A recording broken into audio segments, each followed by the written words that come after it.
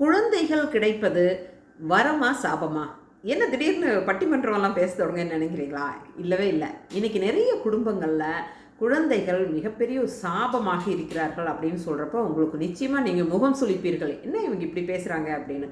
ஆனால் உண்மைங்க, இன்னைக்கு இருக்கிற பெரிய பெரிய பிரச்சனைகள், நீங்கள் நாடுகளுக்கு இடையே இருக்கிற பிரச்சனைகள் தான் பெரிய பிரச்சனை நினச்சிக்காதீங்க. சாதாரண மக்களினுடைய குடும்பங்களில் இருக்கிற அவர்களுடைய மனதை மிக அலட்டி கொண்டு இருக்கின்ற மிகப்பெரிய பிரச்சனைகள் ஒன்று தான் இந்த குழந்தை வளர்ப்பு அப்படிங்கிறது.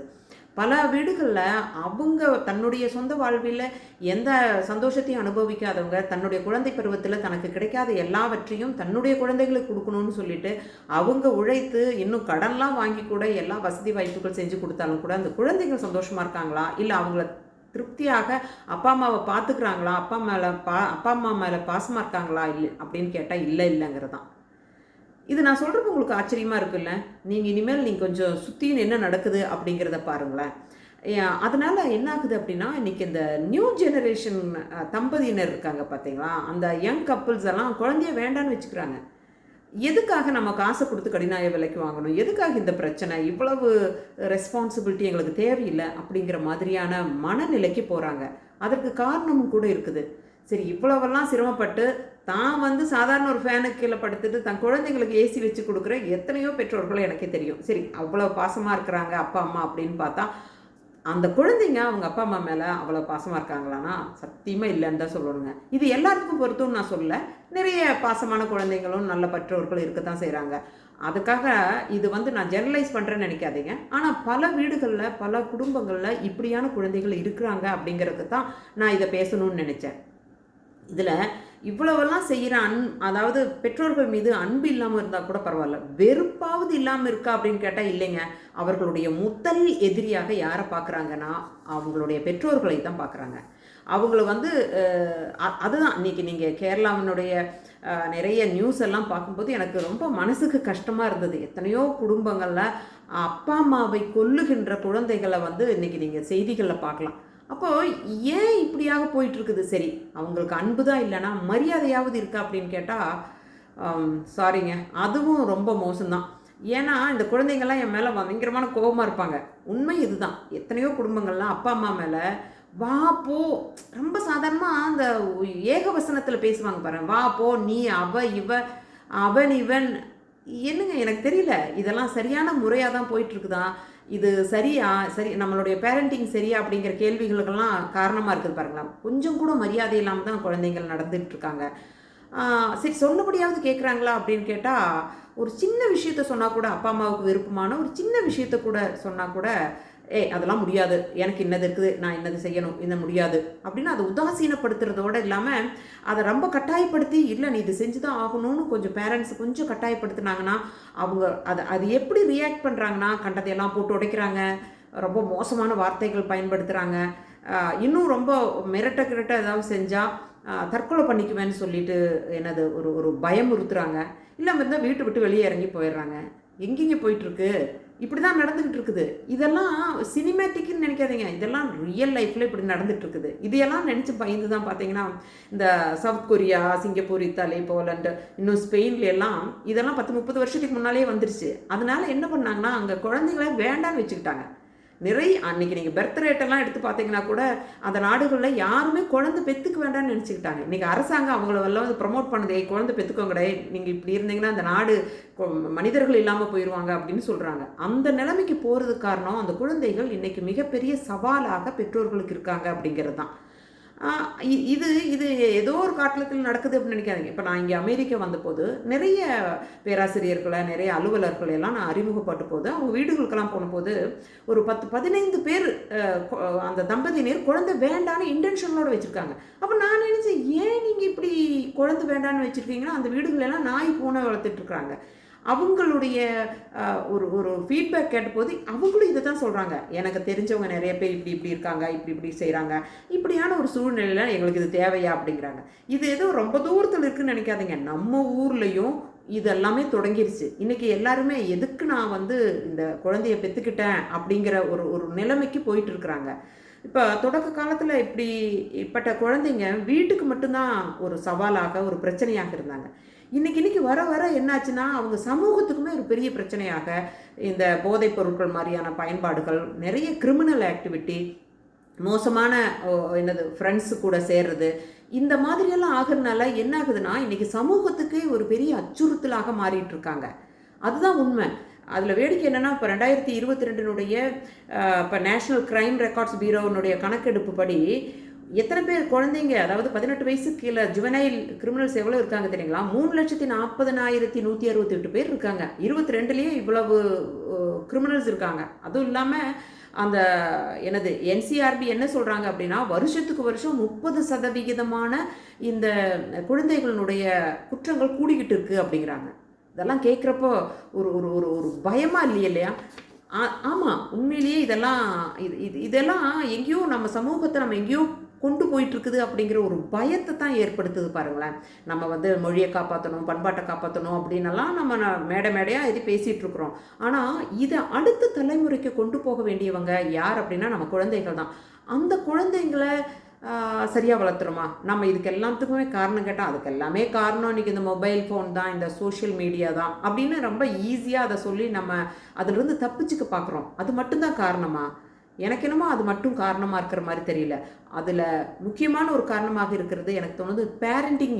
நம்ம அந்த பெற்றோர்கள் இருக்காங்க, குழந்தை வளர்ப்பு அப்படிங்கிறதும் ரொம்ப முக்கியமாக இருக்கிற மாதிரி எனக்கு தோணுது. நம்ம சரியாக குழந்தைகளை வளர்த்துலையோ அப்படின்னு ஒரு சந்தேகம் கூட தோணுதுங்க.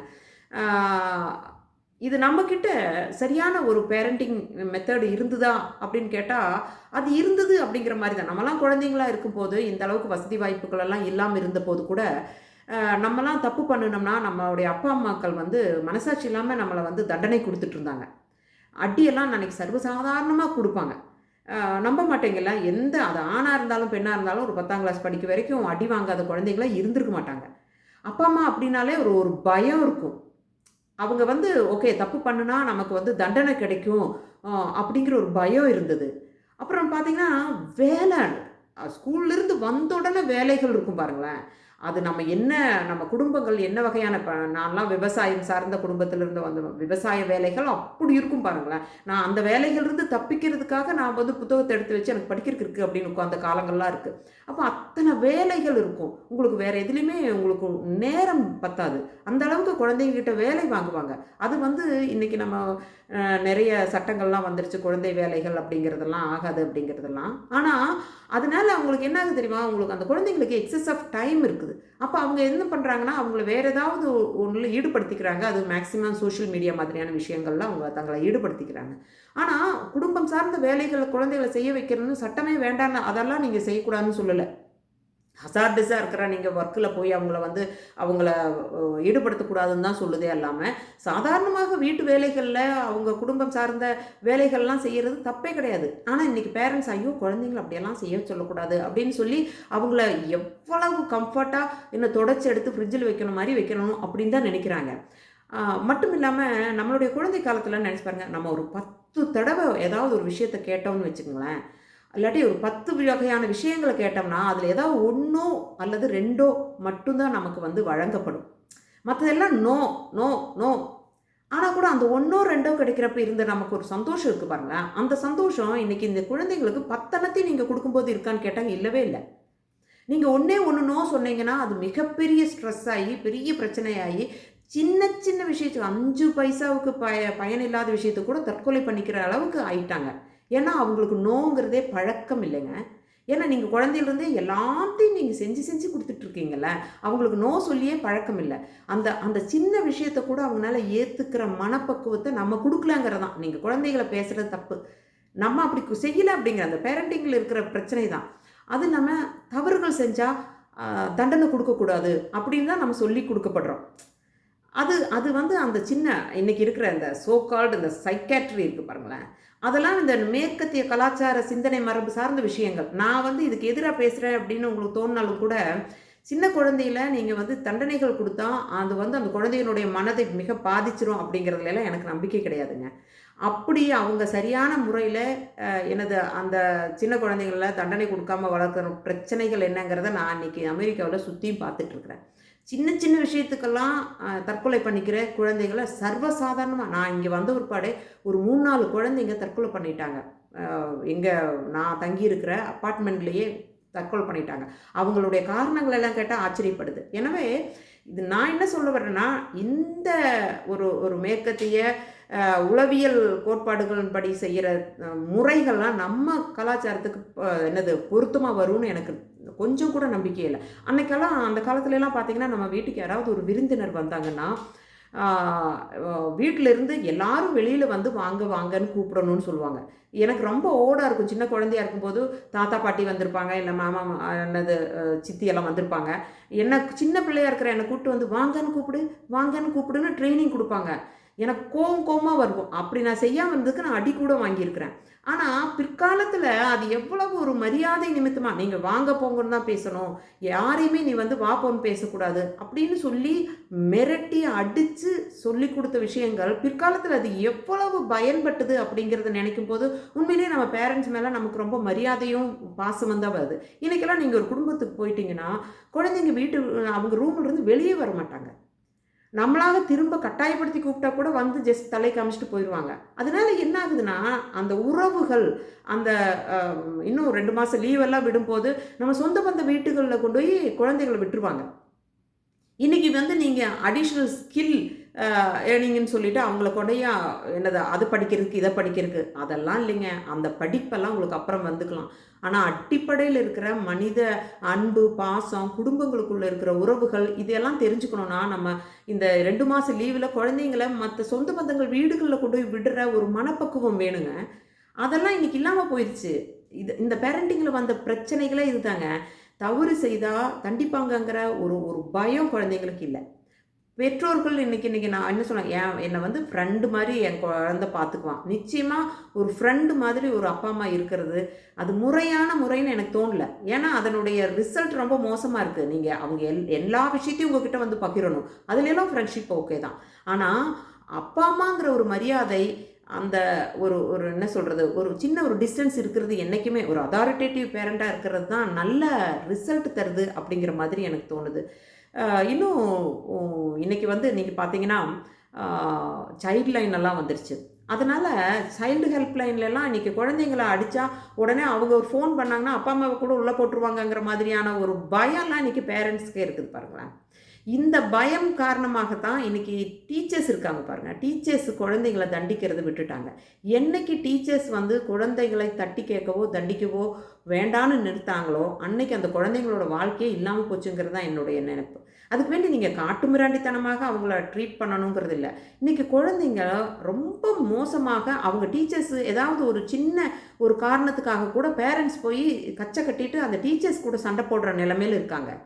இதெல்லாம் எங்கே போகுது? அவங்க ஒரு நிமிஷம் சிந்திச்சு பார்க்கணும். நம்மளுடைய தாய் தந்தைன்னு நம்ம அப்பா என்னது ஆசிரியர்கள் ஏதாவது தண்டனை கொடுத்தாங்கன்னு என்னைக்காவது சண்டைக்கு போயிருக்காங்களா? அப்போ இதெல்லாம் சரியாக இருக்கா அப்படின்னு பார்த்தா எனக்கு தெரியல. இன்றைக்கி நிறைய குழந்தைகளுடைய பாதுகாப்பு சட்டங்கள் நிறைய இருக்குது. இப்போ யூனியன் ஆக்டே ஒரு 9 அனத்துக்கு இருக்குங்க. ஒவ்வொரு மாநில அடிப்படையில் பார்த்திங்கன்னா 200க்கும் மேற்பட்ட சட்டங்கள்லாம் வந்துருச்சு. சரி, நல்ல விஷயந்தான். குழந்தைகளுடைய பாதுகாப்பு, அவர்களுடைய இந்த சைல்டு மேரேஜுக்கு எதிராக, அவர்களுடைய பாலியல் வன்முறைக்கு எதிரான சட்டங்கள்லாம் இருக்குது. அதெல்லாம் ரொம்ப நல்ல விஷயங்கள். அது குறித்த விழிப்புணர்வுகள் வரணும். ஆனால் பெற்றோர்கள் குழந்தைகள் மீது இருக்கிற அந்த உரிமையை விட்டு கொடுக்கக்கூடாதுங்கிறது தான் என்னுடைய அந்த குழந்தைகள் தவறு செய்யும்போது அது தப்பு. அவங்களுக்கு குழந்தையில இது சரி தவறுன்னு தெரியாது. அப்போ நீங்கள் இதை செய்யுங்க, இப்படி பண்ணுங்க, இது பண்ணக்கூடாது, இவ்வளோதான் நான் தருவேன், இவ்வளோதான் உனக்கு ரேஷன் அப்படின்னு சொல்லி நோ சொல்லி பழக்கி வளர்த்துற ஒரு முறை இருந்ததுன்னா அவங்க நாளைக்கு சமூகத்தில் போய் பல நோ கேட்கும்போது அவங்க வந்து அதுக்கு தங்களை தயார்படுத்திக்குவாங்க. நீங்கள் இவ்வளவு எல்லா விஷயத்தையும் கொடுத்து கொடுத்து கொடுத்து பாசிட்டிவாக வளர்ந்த குழந்தைக்கு வெளியில் போகும்போது ஒரு சின்ன தோல்வியை கூட தாங்கிக்க முடியாதுங்கிறது தான் உண்மையான விஷயம். அப்போ அவங்க தகர்ந்து போயிடுறாங்க. அப்போ அதற்கு காரணம் நம்மளுடைய என்னது இந்த பேரண்டிங்கில் வர்ற பிரச்சனை தான் அப்படிங்கிறத நம்ம மறந்துடவே கூடாது.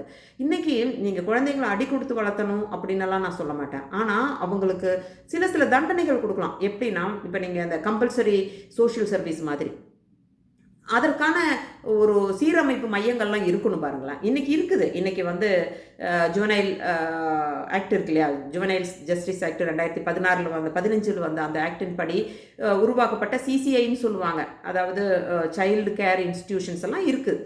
ஆனால் இந்த மாதிரி இன்ஸ்டிடியூஷனில் போகிற குழந்தைங்க யாராக இருக்காங்கன்னா, அந்த கொள்ளை எல்லாம் செய்கிறாங்க இல்லையா, அந்த குழந்தைங்களை சட்ட ரீதியான ஒரு ஒரு ஒரு ரீஹபில் பண்ணுறதுக்கு வேண்டி அவங்கள கொண்டு போய் விடுறாங்க. இல்லாமல் சாதாரண குடும்பங்களில் ரொம்ப தருதலையாக இருக்கிற குழந்தைங்க, அப்பா அம்மாவோட கண்ட்ரோல் பண்ண முடியாது இருக்கிற குழந்தைங்களை கொண்டு போகிறதுக்காக யாரும் முன் வருவதில்லை. அப்படியான ஒரு ஈஸி ரீச்சாக இருக்கிற சில சீரமைப்பு மையங்கள் இருந்ததுன்னு வச்சுக்கோங்களேன். அவங்க ரொம்ப ஈஸியாக போய் அங்கே கொண்டு போய் அந்த குழந்தைய விட்டால் அந்த குழந்தைய கொஞ்ச நாள் ஒரு ஏதாவது ஒரு சோஷியல் சர்வீஸ் மாதிரி ஒரு 10 நாள் செய்ய வச்சு, அதனால் அவங்களுக்கு சில பயிற்சிகள் கிடைத்ததுன்னா, நாளைக்கு இந்த மாதிரி செஞ்சால் அங்கே கொண்டு போய் விட்டுருவாங்கங்கிற ஒரு பயமாவது அந்த குழந்தைக்கு இருந்ததுன்னா, அது அவங்களுக்கு வந்து ஒரு ஒரு ஒரு என்ன சொல்கிறது, பாசிட்டிவாக இருக்கும் அப்படிங்கிறது என்னுடைய எண்ணம். எனவே பேரண்டிங் அப்படிங்கிறது எல்லாவற்றையும் கொடுப்பதில் இல்லைங்க. எதை படிக்க வைக்கணுமோ அதை படிக்க வைக்கிற நேரத்தில் சொல்லி கொடுக்கணுங்க. சாதாரண வாழ்வியல் சார்ந்த விஷயங்களில் எதெல்லாம் சொல்லிக் கொடுக்கணுமோ அதை சொல்லிக் கொடுக்கும் போது தான் உண்மையான பேரண்டிங் ஆகுது அப்படிங்கிறத நம்ம மறந்துடவே கூடாது. அதனால் இன்றைக்கி இருக்கிற பல பெற்றோர்கள் அவங்க எல்லாரும் எனக்கு தெரிஞ்சு நீங்கள் நம்ப மாட்டீங்க, ஒரு எஸ்பின்னு உங்களுக்கு தெரியும் தானே, சூப்பரண்ட் ஆஃப் போலீஸோடைய மகனால் அவர் தூங்காத ஒவ்வொரு நாளும் தூங்க முடியாமல் சிரமப்பட்டுட்டு இருக்கிறத நானே பார்த்தேன். ஒரு போலீஸ்காரருடைய நிலைமை இப்படின்னா சாதாரணக்காரங்களுடைய நிலைமை எப்படி அப்படிங்கிறதையும் யோசிக்கணும். எனவே பேரண்டிங் அப்படிங்கிறது இன்று இருக்கின்ற இந்த உளவியல் அடிப்படையில எல்லாம் செய்யாமல் நம்மளுடைய பாரம்பரியமான ஒரு பேரண்டிங் மெத்தட் இருந்து பாருங்கள், அது ரொம்ப அருமையான மெத்தட். அதை நம்ம திரும்ப கொண்டு வர்றதுக்கு முயற்சி பண்ணணும் அப்படிங்கிறது தான் என்னுடைய கருத்து. இது சார்ந்த உங்களுடைய கருத்துக்களையும் நீங்கள் உங்கள் கமெண்ட் பாக்ஸில் போடுங்க. நம்ம தொடர்ந்து பேசுவோம். நன்றி, வணக்கம்.